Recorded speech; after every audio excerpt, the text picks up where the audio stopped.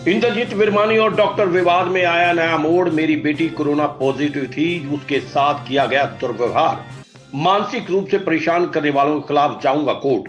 Sonipat BJP के जिला उपाध्यक्ष इंद्रजीत विरमानी उर्फ राजू पर कुछ दिन पहले बीपीएस महिला मेडिकल कॉलेज के एक डॉक्टर कपिल ने वीआईपी कल्चर का आरोप लगाते हुए उनके खिलाफ न केवल एफआईआर दर्ज करवाई बल्कि झूठी सहानुभूति के साथ और भी कई आरोप लगाए।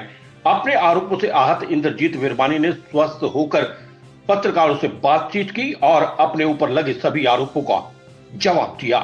इंद्रजीत विरमानी ने बताया कि जब वो महिला मेडिकल कॉलेज खानपुर में दाखिल हुए तो वो एक सामान्य मरीज की तरह जनरल वार्ड में दाखिल थे।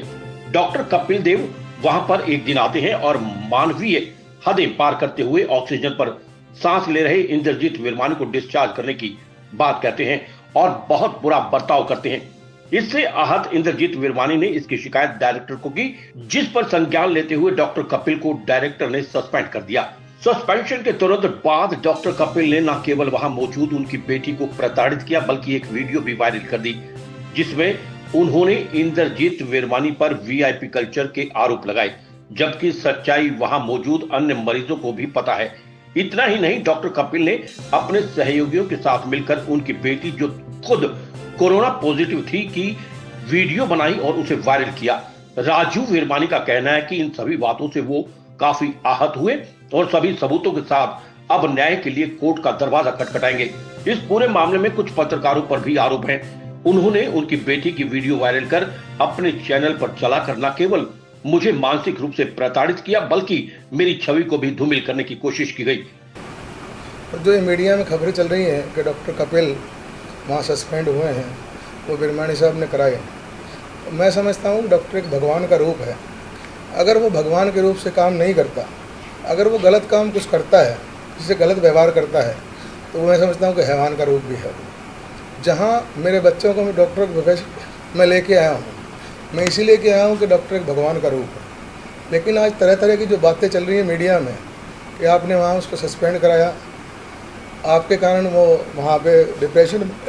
मैं वहाँ एक पेशेंट की हैसियत से था, मैं वहाँ कोई वीआईपी बेड पे इलाज नहीं करा रहा था। मैं एक जनरल बेड पे, मैंने वहाँ अपनी जनरल बेड पे बीपीएस महिला कॉलेज में अपनी एक वहाँ पे इलाज कराया। क्यों इलाज कराया? मेरी वहाँ पे वर्षों से एक इस हॉस्पिटल में श्रद्धा थी। मैं समझता था कि जो हॉस्पिटल है बहुत ही अच्छा है, यहाँ के डॉक्टर जो हैं बहुत अच्छा इलाज कर रहे हैं और वहाँ सरकार ने रेमडेसिविर भी इंजेक्शन दिया है, क्योंकि मेरी हालत बहुत ख़राब थी। मेरे 70% लंग्स इन्वॉल्व थे। मैं आपको बता दूँ सच्चाई क्या है। लोगों को लगता है कि डॉक्टर कपिल के साथ कोई अन्याय हुआ है, लेकिन मैं परमात्मा की कसम कि कह सकता हूँ, अगर मैंने एक शब्द भी उससे कोई गलत कहा हो तो परमात्मा मुझे वो सज़ा देना जो किसी को ना दी हो। वहाँ मेरी बेटी भी हाजिर थी, वो मेरे को ऐसे आया मेरे पास मेरे बेड पे जैसे एक जानवर किसी इंसान को काटने के लिए आता है। मैं बिल्कुल ऐसे शैया की तरह लेटा पड़ा था, बिल्कुल मेरा शरीर जकड़ा हुआ था। मेरे को आते ही कहता है डिस्चार्ज होना है।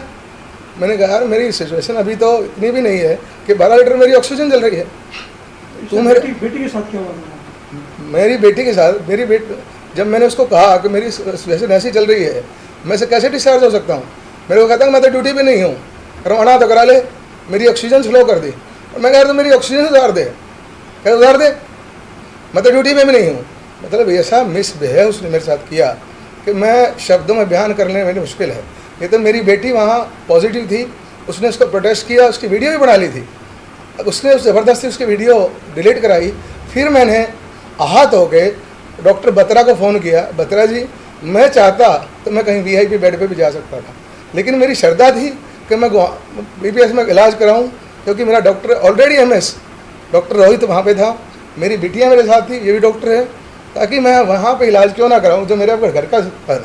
मैं बत्रा जी मैं इसलिए आया हूँ, अगर तुमने ऐसी ही लोगों से बेइज्जती करानी थी मेरी, तो मैं कहीं और चला जाता।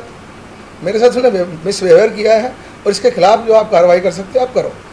देखिए, अगर मैं बीजेपी का बड़ा नेता होता और आरएसएस का बड़ा नेता होता तो क्या मैं वीआईपी वहाँ के जो आईसीयू हैं उस पर इलाज ना करा रहा होता? मैं एक जनरल 6 नंबर वार्ड में 14 नंबर बेड पे एडमिट था। जहाँ जनरल मरीज, ऐसे पुअर मरीज लेटे हुए थे, वहाँ उस बेड पे मैं इलाज करा रहा था। बेटी ऑलरेडी 4th ईयर की स्टूडेंट है, वो पॉजिटिव है। वो मेरे साथ अगर वो अटेंडेंट की तरह ना रहती तो शायद मैं इस दुनिया में भी ना रहता। उसने वो देख रेख की है, मेरी नहीं की है, और लोगों की भी साथ देख रेख की है, और सरकार ने भी अलाउड किया है कि 4th ईयर की स्टूडेंट जो है वो देख रेख कर सकती है। क्या हुआ उस टाइम पे मेरे पापा जो है वो लेटे हुए थे, नेबुलाइज कर रहे थे, वो लेटे हुए थे। उस टाइम पे मैंने जैसे वो डॉक्टर कपिल आए, उन्होंने क्या किया, उन्होंने पूछा कि ये कौन है। मैंने कुछ नहीं बोला, पापा ने भी कुछ नहीं बोला। फिर मुझसे पूछा गया कि तू कौन है। मैंने कहा कि मैं उनकी बेटी हूँ, मैं उनके साथ यहीं पे एडमिटेड हूँ। तो उन्होंने बोला कि इनकी सैचुरेशन चेक करके बताओ। मैंने कहा डॉक्टर साहब ऑक्सीमीटर एक बार लेके मैंने वो लगा दिया। तो उन्होंने बोला कितनी आ रही है, तो मैंने बता दिया। तो उन्होंने बोला मैं तो डिस्चार्ज कराने आया हूँ यहाँ पे, आपकी ठीक है, डिस्चार्ज कराना चाहते हो। मैंने कहा डॉक्टर साहब अभी वो स्टेबल नहीं है, रूम एयर पे वो मेंटेन नहीं कर पा रहे। तो वो इतने उसमें रूडली उन्होंने वो बिहेव किया। उन्होंने बोला कि मेरे को क्या फ़र्क पड़ता है, मैं तो यहाँ पे डिस्चार्ज कराने आया हूँ, कराते हो करा लो, नहीं तो ना कराओ, मेरी तो ड्यूटी भी नहीं है यहाँ पे। मेरे पापा इतना एंशियस हो गए, उनका बीपी रेज हो गया। उन्होंने क्या किया, उन्होंने निकाल दिया अपने कैमरा कि कराना है डिस्चार्ज तो करा ले, कि मैं स्टेबल नहीं हूँ इस टाइम पे, तो फिर भी करवाना है तो करवा लो। तो उन्होंने क्या किया, उतारता उतार ले, कैनुला उतारोगे ना, उतारता उतार ले, मेरे को फ़र्क नहीं पड़ता। ये उनकी लैंग्वेज थी। मैंने बोला डॉक्टर साहब क्या आप पेशेंट को इतना एंशियस करके, इस तरह से पैनिक क्रिएट करके डिस्चार्ज करवाओगे। तो उन्होंने बोला तू है कौन। मैंने कहा मैं फाइनल ईयर की स्टूडेंट हूँ, मुजफ्फरनगर मेडिकल कॉलेज में पढ़ती हूँ। कहते फिर मैं क्या करूँ, मेरी तो यहाँ पे ड्यूटी भी नहीं है, जो करना है कर लो, क्या कर लोगे। ये बोल के वो निकल गए। कि वो वीडियो जो है वो 4 दिन बाद का है। उस टाइम पे मेरे पापा जो है वो सिडेशन में थे, उनको सिडेटिव देके डॉक्टर साहब ने सुला रखा था, नींद की प्रॉब्लम थी कि नींद नहीं आ रही। कह रही हूँ कि मैं तो नेगेटिव हूँ। एक्चुअल में हुआ क्या, उनको अपने पापा के साथ खड़ी थी, दो लोग आए, पीपीई किट में थे, मास्क थे, प्रॉपरली कवर्ड थे। वो आए, उन्होंने बोला कि तुम यहाँ पे क्या कर रही हो, इधर इस वार्ड में तुम कैसे घूम रही हो। तो मैंने बोला कि मैं अपने पापा के साथ यहीं पे एडमिटेड हूँ।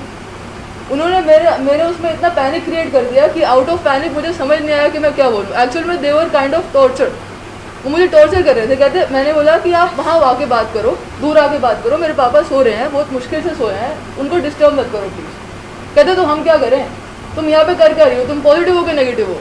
वो बार बार मुझसे ये चीज़ पूछ रहे थे। आउट ऑफ पैनिक मैंने उनको ये चीज़ बोल दी।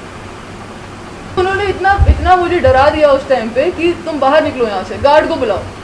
मेरा काम कंप्लेंट करने का था, मैं कोई हायर अथॉरिटी नहीं था।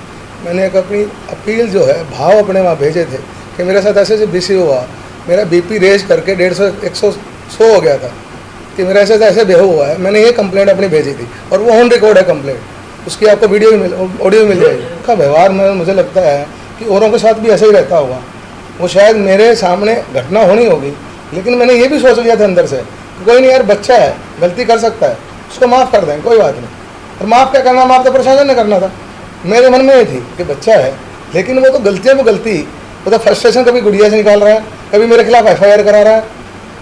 मतलब जैसे एक चोरी करने के बाद 100 बार कहीं कहीं दौड़ता है, और फिर आखिर में उसको जब रियलाइज़ होता है तब मैं कहता हूँ चोरी करी है। मतलब उस रूपरेखा पर उसने काम किया है, और उसने FIR कराई है मेरे खिलाफ। अब मैं इस मामले को आपके सानिध्य में देना चाहता हूँ, आपके इस मामले को मैं कोर्ट में ले जा रहा हूँ उसको, ताकि न्यायालय मुझे न्याय दे। ऐसी घटना कभी और किसी के साथ ना हो। और मैं ये भी कह रहा हूँ शपथ पूर्ण, अगर मैंने इसमें कहीं भी गलती की होगी तो परमात्मा मुझे वो सजा दे वो किसी को ना दी होगी। क्या कि बहुत बड़ी इसमें नेगलेंसी आई है। कुछ पत्रकारों ने बिना किसी पक्ष जाने मेरा नाम चला दिया कि बीजेपी के नेता हैं। मैं वहाँ एक पेशेंट था, जनरल बेड पे था, मैं तो VIP बेड में इलाज नहीं करा रहा था, उनका चलाने का नहीं मनता। हॉस्पिटल व्यवस्था बहुत अच्छी चल रही है। हॉस्पिटल आज ऐसा चल रहा है जैसे गुरुद्वारे में सेवा होती है, आज BPS महिला कॉलेज वो काम कर रहा है। मैं उसके लिए शुक्रगुजार हूँ, उन्होंने बहुत अच्छा काम किया मेरे लिए। अगर एक डॉक्टर गलत है तो सारे गलत नहीं हो सकते, भगवान का रूप भी बहुत है डॉक्टर, लेकिन जो अच्छे नहीं हैं उनको सजा भी इस बात की मिलनी चाहिए। आदेश त्यागी की रिपोर्ट।